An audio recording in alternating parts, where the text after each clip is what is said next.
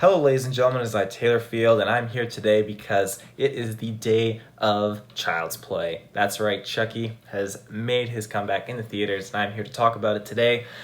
I am your host, Taylor Field, and before we get into spoilers, I'm going to do a brief little overview, non-spoilers, as you know, and then 3, 2, 1, it'll be, our iconic phrase. But yeah, so, non-spoilers, okay. I was ecstatic for this movie. I was so thrilled, and to know that Mark Hamill jumped on board, to voice the doll himself, couldn't believe it. I thought that was just awesome because he is an amazing voice actor. He has such great talent at delivering the voice of the Joker and such. But I was just very, very happy with that casting. So. When the movie actually started, though, and I was there, I was starting to feel afraid, thinking, oh no, I'm not really getting into this. It's not pulling me in, and it made me very, a little bit worried. But that being said, it turned around, and there was quite a few surprises that I really enjoyed. And I feel like it is a great nod to the originals. But at the same time, it's something completely fresh, completely new, and something I didn't even expect, to come, to grace me with his presence. And Mark Hamill voicing Chucky, I thought for sure I would see, Luke Skywalker's face there or something like that. But he was his own character. I didn't see the Joker. I didn't see Luke Skywalker. I didn't see any of these characters. I just saw Chucky and this voice that was absolutely terrifying and spot on for a voice. Mark Hamill just delivered that role so well. But yeah, I just it was a very, very satisfying movie, and it totally just it started off down and then it just flipped and went up, and I'm very happy about that. So if you haven't watched it, watch it, and then you can come back. Or you can just not watch it and you can listen to this, which I'm sure Travis is going to do.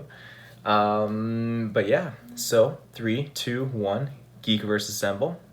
Where to start? Well, you know what? Let's start at the beginning.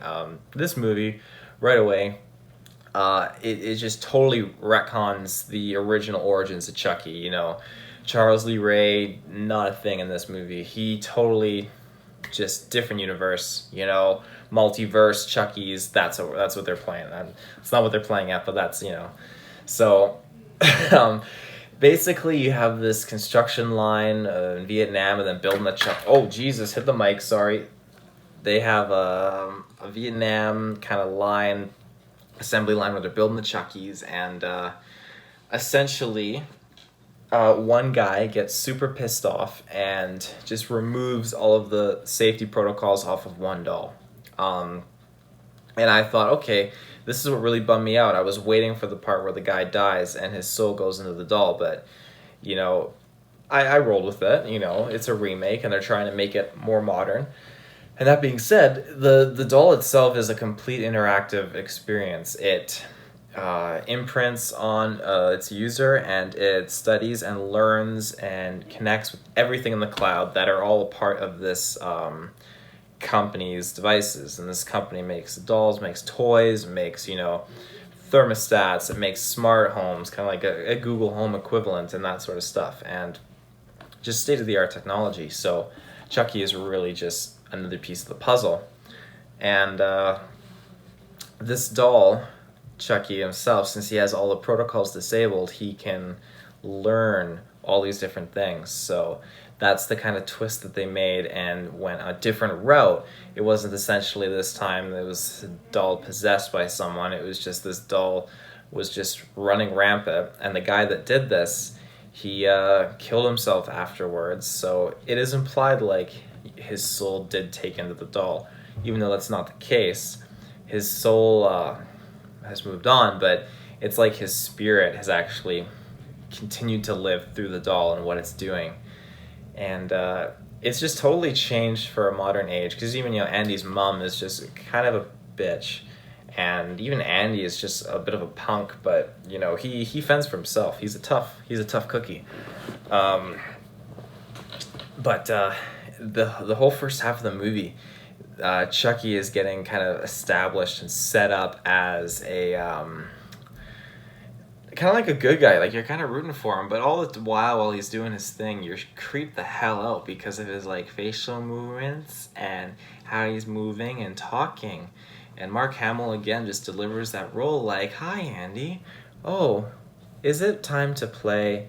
It's my best friend." You know, just stuff like that. That was just spot on stuff. And all the while you're always looking at Chucky, but it was actually really cool to see this animatronic doll, it being normal for him to be walking around the house doing stuff. It wasn't this doll that gets moved on its own, like in the originals.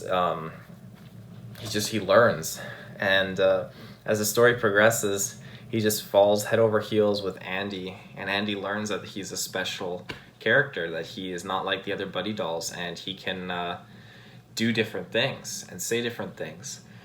And so all the while, sure enough, the Chucky starts to learn more and more and more, and he kind of starts to see like the bad side, and they have a heck of a good time, and they're playing this board game, and then all of a sudden a piece falls, and Andy reaches down to grab it, and the cat scratches him, and Chucky turns his head and like glares at the cat, and is like studying it, and then he looks up and sees blood on Andy's hand, and is like, "What's that?" And Andy kind of just shrugs it off and goes and gets a napkin and comes back, and the cat is being choked out by Chucky, and it's like, oh my god, this is happening. Oh my god. And you know what? It's like, okay, that's don't do it, don't kill the animal. And then the cat gets away, and it's great. It's like, okay, thank God. But unfortunately, that doesn't last forever. I was thinking, okay, don't kill the animal, it's gonna get over that. But sure enough, later on, Chucky goes full ham and he kills the cat, and it's like, oh man, it's just so upsetting. And it's just there are so many other moments that were just like, oh wow, like I know that they really kind of did away with the horror aspect in this sense, and they went for more like a gore kind of thing. Even then, it wasn't exceptionally gory. They played it off in a humorous kind of way. I mean, even Andy had these two kind of buffoonish friends, and one of them, Pug, I think was his name, and he was kind of an idiot, but they thought it was funny that Chucky could do whatever, and so they decided to help Chucky prank this guy who was dating Andy's mom, which he was a total jerk, and Andy hates him, but they taught Chucky how to be quick, how to be stealthy, and it's just those kind of things that started to sink in, and Chucky thought was normal. And then you have at that point where they're all watching Texas Chainsaw Massacre, and Chucky is like looking at them laughing, and then he looks and he sees that this monster Leatherface is cutting off people's skin and faces and stuff, and everyone's laughing. So Chucky, I mean, I'm not defending the doll, not a chance, but I understand how confusing it would be to see, okay, these people are laughing, well, maybe I will do that. And so he goes to the kitchen, he gets a knife, and he's walking in behind them, and he's holding this knife, and it's like, oh shit. Now, if the cat strangling wasn't your first sign, this is the next sign. He's coming at you with a knife. And so they disarm him, and he's like, what's going on? I thought you would be happy. I wanted to make you happy. It's like, well, you can't argue with that, But, yeah, after they disarm him, this mom's boyfriend has a serious problem with Andy, because Andy is like, Shane's an asshole, and Chucky recorded it. So wherever Chucky's going, he's standing in the kitchen, he's like standing next to Shane, and he's just playing, Shane's an asshole, Shane's an asshole, asshole, Shane is an asshole. And Shane can't handle anymore, so he grabs the doll, goes in Andy's room, throws the doll in the corner, says, you gotta speak like a man to me. If you got a problem with me, tell me. Don't let your doll speak for you. You want to say anything to my face? And Andy doesn't say anything, and the guy just pushes him into the bed and then leaves. And Andy just freaks out and jumps on his bed. It's like, I hate him, I want him to go away, I hate him, just your normal thing that a kid does when they're just pissed off and stuff like that. But Chucky's in the room and he's just imprinting on all this, like, and like his I should touch on this too. His look, I didn't know how I felt about it originally, but it really grew on me. I really came to like it, and it was really freaked out. I loved the eyes changing. I loved the movements that he was doing, and I loved how he felt so. It felt very different, very very different in a very very good way. That being said, so Shane gets in his truck and he's going back to his place, and you hear a thud, and you know Chucky's obviously in the truck. But Shane gets back home, and then it's like, oh wow, this guy's dating Andy's mom, and he's got family, he's got a wife, 2 kids. It's like, holy shit! And then he's going out and he's complaining, you know, I gotta take the Christmas lights down. Why don't you just leave them up there all year? He's a straight up D to the douchebag.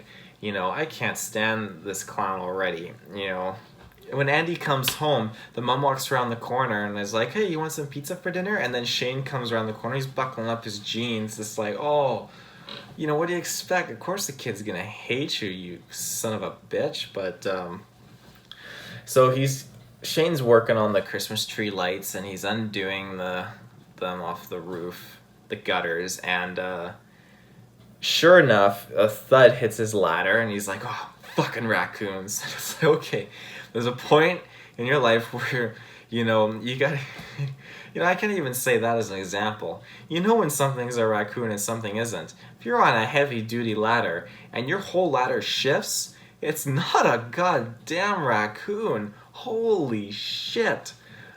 He thought it was. So, obviously, the second shook, it knocked him down, and I there's one thing I hate in these like gore porns or whatever you call them, blood porn. It's just when your bones break, and the guy fell, and his ankles, literally as he landed, his ankles, like the bones on his legs snapped outwards because they broke, and it was like, woof. And then he could, like, I don't know how, it must have been gravity working with him, but he was standing there, stuck there. And it's like, oh my god, the dude's a scarecrow. And you see in the window, because he landed in front of the window, but in the window his 2 kids are listening with their headphones in, typical millennial stuff. And he's freaking out, but they can't hear him. And then he falls backwards. And then it was pretty interesting. It wasn't like cheesy or overdone how he died, but like Chucky went and he flicked the rototiller on. The rototiller starts chopping, and then it catches onto the string of Christmas lights that he had wrapped on him. So then it starts rolling, kind of tugging into the direction that he's in, and he reaches up and he manages to put his hand on it and stop it. But then Chucky jumps on him, and I can't remember what he said, but some crazy liner. Oh, I think what was it? God, I can't remember. But it was just a crazy one-liner, and sure enough, he stabs Shane, and Shane lets go, and the rototiller comes in and saws off his head. But of course, this is the cheesy point. His toupee shoots through the rototiller and shoots out and lands on a garden gnome's head. So, you know, okay, there it is. There's what we're waiting for. But yeah, after that, the cops come, and there's one cop character in this, just like there was in the original, and you really start to enjoy his development, his story. You know, him and his mother, and he's kind of like trying to be friends with Andy and stuff throughout the film, which is nice. But unfortunately, you see Andy wakes up the next day, and he gets out of bed and walks past this present on his dresser, and it's a watermelon with a bow wrapped around it, but on the front of the watermelon is Shane's face, like from Texas Chainsaw Massacre. It is so gross. And Andy comes running back into the room freaked out, and Chucky's like, oh, do you like it, Andy? It's for you. It's like, what the fuck? Now, this is your 3rd strike. But no, they decided to just keep Chucky, and it's normal. So he calls his friends and they wrap the bloody watermelon face and they're walking out, and then Andy's mom is like, "Oh, what do you got there?" And Andy's like, "Oh, it's a present." And the mom's like, "Oh, who for who?" And Andy's like, "The lady down the hall, who's the cop's mom, who helps me with my homework." And Andy's mom is like, "Oh, let's go give it to her." So they go out there, excuse me, and knock on the door, and the lady takes it, and Andy looks terrified, giving this woman this pumpkin or watermelon with a face on it, and he's just absolutely terrified. But he's like, "Don't open it because my birthday's next week," which is, a foolproof plan. I mean, obviously that's going to do the job. Amazingly, it actually does do the job. She doesn't open it. So he, during this time, he devises a plan. They disarm Chucky, disable him, take out his power core, and throw him down the garbage chute, which is obviously the best way to solve your problems. And then after that, gosh, this mic is horrible. I need one of those Yeti mics. I'm sorry, ladies and gentlemen. I gotta get one of those fancy dandy mics. I'm rocking this Walmart microphone here. It's like a $299 mic. It gets the good sound quality. I just gotta position it right because I like whack it and it goes all over the place. Anywho, so they disable Chucky down the garbage chute, and then after that, he manages to Shanghai himself into dinner with the policeman and his mother, and sees the gift on the shelf cabinet. And after a brief little bit of dialogue, Chucky, as he's gone down the garbage chute at this time, the janitor, who's a complete creep, gets Chucky and reactivates him in hopes of selling him on eBay. But when he reactivates him, he's totally syncing him up with the cloud and going through the whole 9 yards, repairing him and making him completely normal, which is bad. So at this point, Chucky then he is able to access the cameras and see the cameras throughout the apartment building, because now the security guard you learn is a creep. He's got cameras in all the rooms and is watching all the women do their stuff, which is just, he's a sick, one of those sick guys, that they're living in the basement, and just kind of really one of those kind of stereotypical ones that the movies kind of tackle and dive into that you feel uncomfortable with. I'm not saying that guys in basements are creepy, because I actually used to live in a basement and I don't think I'm creepy. I like basements. Basements are pretty chill. So but this guy, he was not chill. He was downright creepy and weird, and he was doing things. But anyways, so Chucky looks at the camera and sees that Andy's having dinner with the cop and the cop's mom, and the cop's mom is asking for help with her app, which is connected wirelessly to the cloud that Chucky can access and stuff. But so Andy is like, "Oh, here, you do this, it calls a car and everything, I'll drive you places." And the cop's mom is like, "Oh, you're my new best friend, Andy." And Chucky was like, that's the trigger word, "You're my new best friend." Triggered. So he ends up going to town on this repairman or service janitor guy. And this scene really goes to show how much faith we're putting into technology and Google Homes and Amazon Echoes, because he's like, "Zelia, lights on, Zelia, lights on, activate the lights," and it's just not working. And it just goes to show how futile of an attempt and how vulnerable the system is in that sense. I thought it was a great message to send out there, and needless to say, Chucky is now full prime, 100% juiced up. So now he's actually activating the thermostats, everything. And he did just that. He managed to trap the guy on top of this operational saw, and he's holding onto a pipe. And so what Chucky does is raises the thermostat so the pipe goes up to 200 degrees, burning his hands, but the saw is activated. And in this case, I feel like if I was on the pipe, I would have swung myself to get out. Obviously, this guy was a little too big. There was definitely no chance for him, unless he really got, momentum. Maybe he had a chance, but I mean, we'll never know now. He eventually just let go, and the blade just wasn't good. And they really emphasized getting it in the gonads for this guy, because he was looking at Andy's mom on the camera and touching himself and touching the camera, I'm touching this camera right now. It's just weird stuff. And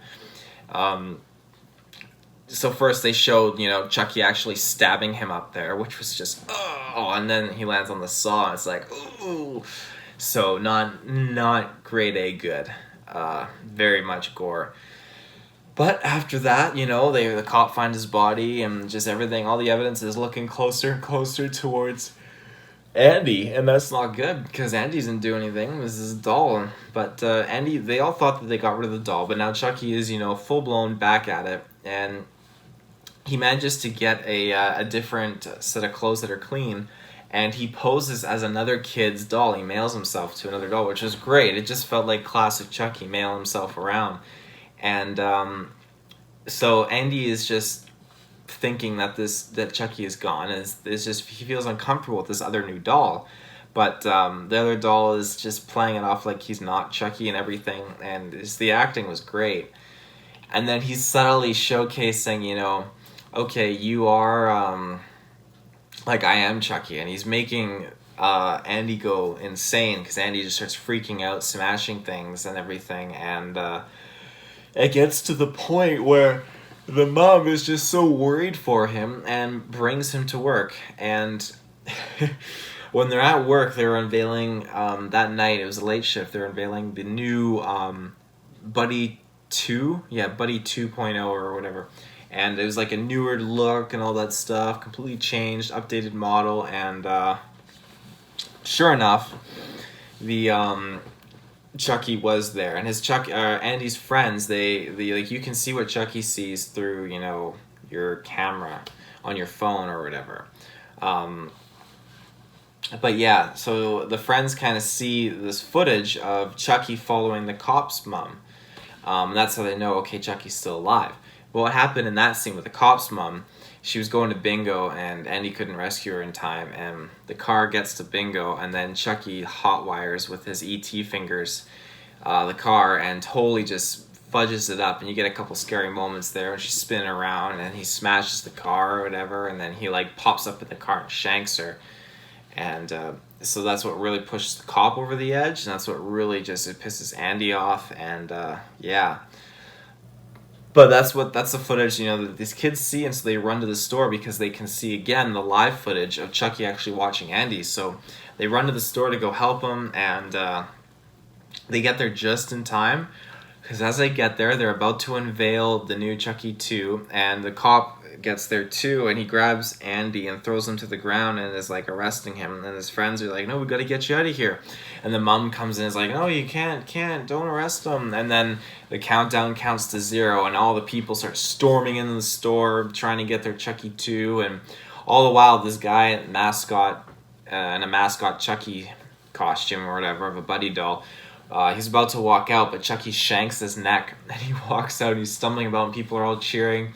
And he drops to his knees and he takes his helmet off, and as soon as he does, there's this little girl in front of him who just wants the Buddy doll, and she's giggling. And his freaking neck is just sliced open, his artery, and this blood just sprays all across this little tiny girl, and she's screaming. It's like, oh, this poor child, scarred for life. God damn. Anyways, so when that happens, the cop runs over and tries to save this guy, and puts oh, don't worry, just put pressure on it, which is obviously the right thing to do, but sometimes it's just a little bit of an annoying thing to hear, I guess, 'cause it's what else are you gonna do? But after that, the whole store goes berserk. So Chucky turns off all the lights, and it activates the giant wall of TVs, and it starts distracting everyone. And everyone starts walking and looking at the TVs of this message. And basically, it's the founder of this company, and I can't remember the name of the company, but it's the founder, and he's talking. And then in the background, there's very silently, these drones are they have propellers. OMG, this microphone. These drones have crazy propellers, and they're insanely sharp, and so it gets down to the point where the drones are rising up in behind everyone, and no one notices except a couple of kids and Andy, and so then the drones start shooting out. As they shoot out towards people, the screen changes to Chucky's face, which is terrifying with the red eyes, and the drones fly out. And this guy that got stabbed in the neck, he stands up and takes another drone right to his neck. And now he's dead. It sliced his head wide off. And these drones are flying all over the place, stabbing into people, and people are freaking out. And then Chucky activates the store security system, so now the metal gates are coming down on the store. And then on top of that, now Chucky has actually hacked into all of these Buddy 2.0s. So all of these new Buddy dolls are now red-eyed, and they have different models. So there's the Buddy Bears, and these things are full bear mode. They're jumping on people and ripping out their necks and stuff, and like people are freaking out, being dragged down aisles. Like, it was like really crazy, and for some weird way I was loving this. And I feel weird for saying that, but it was awesome. And so, yeah, all the toys are turning on, and it's like, this is like a full-on robot rebellion happening right now. And so that progresses, and they managed to kill a few of these dolls and stuff, and it gets to the point where Andy and his friends are about to leave, but Andy turns back, and you see Chucky on the TV is like, peekaboo, and he's basically holding his mom hostage, which is not good. So obviously, he kicks the gate down, separating the metal gate from him and his friends, so he can stay in the store and his friends won't die, so he can go off and save his mom. And he does just that. He goes in there, and this is when we really got some like good shots of Chucky and what he's capable of. Like, he was full on homicidal mode at this point, and he was playing games with him and everything. And at this point, his mentality is, if no one, like, if I can't have him, no one can, you know. And he's just totally up in his grill. And the fact that Andy has a hearing aid, he can hack into his hearing aid and play voices too. But, excuse me, basically, Andy goes into the back room and sees his mom attached to a forklift. And basically, it was going to start going up and it would hang her. And so he's going, trying to get to her. And he's got like a chainsaw and a baseball bat. And as he's going, he sees there's a Chucky doll on the side, and its eyes are blue, and you know, this Chucky can be in any of these dolls, so you can't really trust any of them, because that one could jump, but he's just backing around, and then Chucky just whacks him on the head, and then is like, starts making like taunts and stuff, and then like Andy wakes up and sees his mom starting to choke, and Chucky jumps on Andy and is about to stab him, saying, I better cut you open and see what's going on inside. I'm gonna fix you, Andy. And then he goes in to stab him, and Andy just pulls the double tap mindfuckaroo on him and says, you're my buddy, you're my friend. Like the official Buddy song. Totally just throws Chucky off. He's like, whoa! And just then Andy whacks him off him, and then goes and climbs up. And the mom was probably choking for about maybe like a full minute, I think, at this point. And her mouth was covered with tape, so she's breathing through her nose, which is quite, like, this is impressive. And so Andy starts chainsawing the rope, and for some reason, he didn't successfully chainsaw it.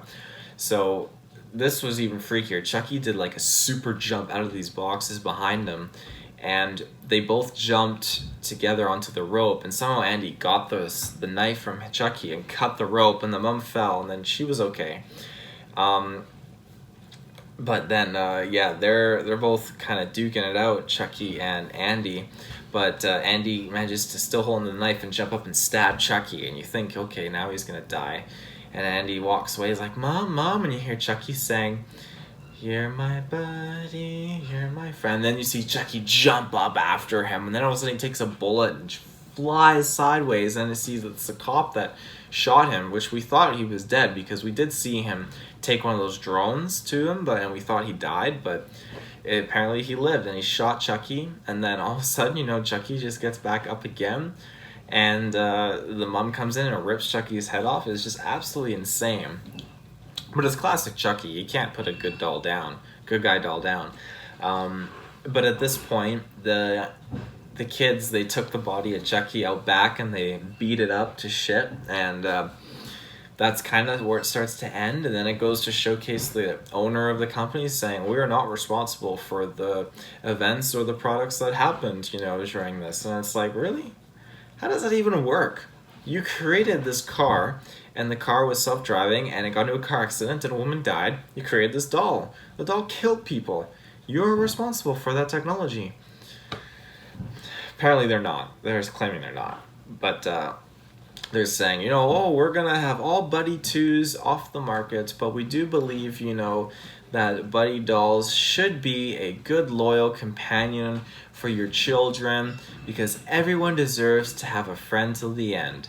And as he's saying that, you see the classic Chuck, or one of those Chucky dolls being put in the pallet with a bunch of others, and then its mouth just smiles up and the eyes glow, and it's like, okay, we know that Chucky is alive. He went to the cloud and he's hiding, and that's how it ends. And I felt very satisfied with that. I really want another one. I want this movie to do well. It had so many different things going in it that it made me surprised, made me excited, and just parts where I felt uncomfortable about laughing, but I did, and it just overall had a really, really good story. And it took me a little bit of getting used to just kind of like the very current way they approach things. So they've made some of the people very stupid and very, generic. But I can overlook it because at the end of the day, I just think they did a great job throughout the whole movie, and especially with Chucky. I really liked how they started him off as being this kind of good guy and didn't know really what he was doing or capable of, and it showcased the fact that, okay, these characters and these humans in this world are the ones responsible for developing Chucky into who he is and turning him into this monster. And I mean, you can't in the end get mad at Chucky. It's just the way he was taught. It had a very chappy kind of feel to it and atmosphere at the same time, but just on a much more rated R scale. But that being said, I would easily give, and maybe I'm just super into the Chucky right now, but I would give this movie probably a 9 out of 10. It just caught me completely off guard, and I really enjoyed it. Just the number one thing I would dock on it is just how probably just some of the characters were just, it didn't really do it for me, and just how the beginning kind of had me down a little bit. But is that the beginning being a little bit down for me, that's not anything huge because it really picked up and I understand what they were going for. They wanted you to get to like Chucky and get uncomfortable about him as much as you kind of get a kick out of him at the same time. He really he comes off as like he really is, your kind of good kind of friend, but it goes from 1 to 100 pretty fast. So overall, though, I definitely want to see this movie again. That's how much I want to see it again. I'm not going to be. At some point I'm going to go see Toy Story because I know Travis went to see Toy Story and I went to see this. So we're both doing Andy toy movies and we're doing reviews for them. So make sure that you check out Travis's Toy Story review coming at some point on this weekend. And on top of that, make sure you check out, I believe, next week I will be, myself, putting out a Super Mario Maker 2 review. I'm very excited for that. And unless someone else joins me, I think I'm doing it by myself again, but I will probably be doing an Annabelle Comes Home review. Somehow I've shanghaied myself into all the horror movie reviews. It's very, very weird. I don't mind a good little scare, a little fright. And then after that, we have, what is the movie coming out? Oh, yes, make sure it's coming up super quick. Yeah, it'll be in 2 weeks. It'll be the Spider-Man Far From Home review. Oh my God, there's all these movies are coming, all these great movies. It's gonna be fantastic. But yeah, so there's tons of stuff to check out. Also, make sure you gotta do a personal favor for me. Go on your Facebook, and when you're on your Facebook, go on Geekverse Space Podcast, and drop a like. Make sure you follow, and then check out the X-Men poll happening right now. There's some great stuff. It's getting heated. We're in the second round, ladies and gentlemen. Can you believe that? The second round. It's a great time. And do it when you... That's not even English. Go on to Twitter, Geekverse check out the feed going down there, a Twitter tweet here and there, and then make sure you check out our iTunes, SoundCloud, all this stuff, check it out. It's a great time, tons of content. But if you want exclusive content, you gotta go on the Patreon. Now that's where you're gonna find some juicy stuff, for some spare change. You get some great content, courtesy of all the geeks, because we give you content because you are worth our time. We want to give you that great stuff. So until next time, probably until next week, I'm Taylor, and see you in the search bar. Have a good one.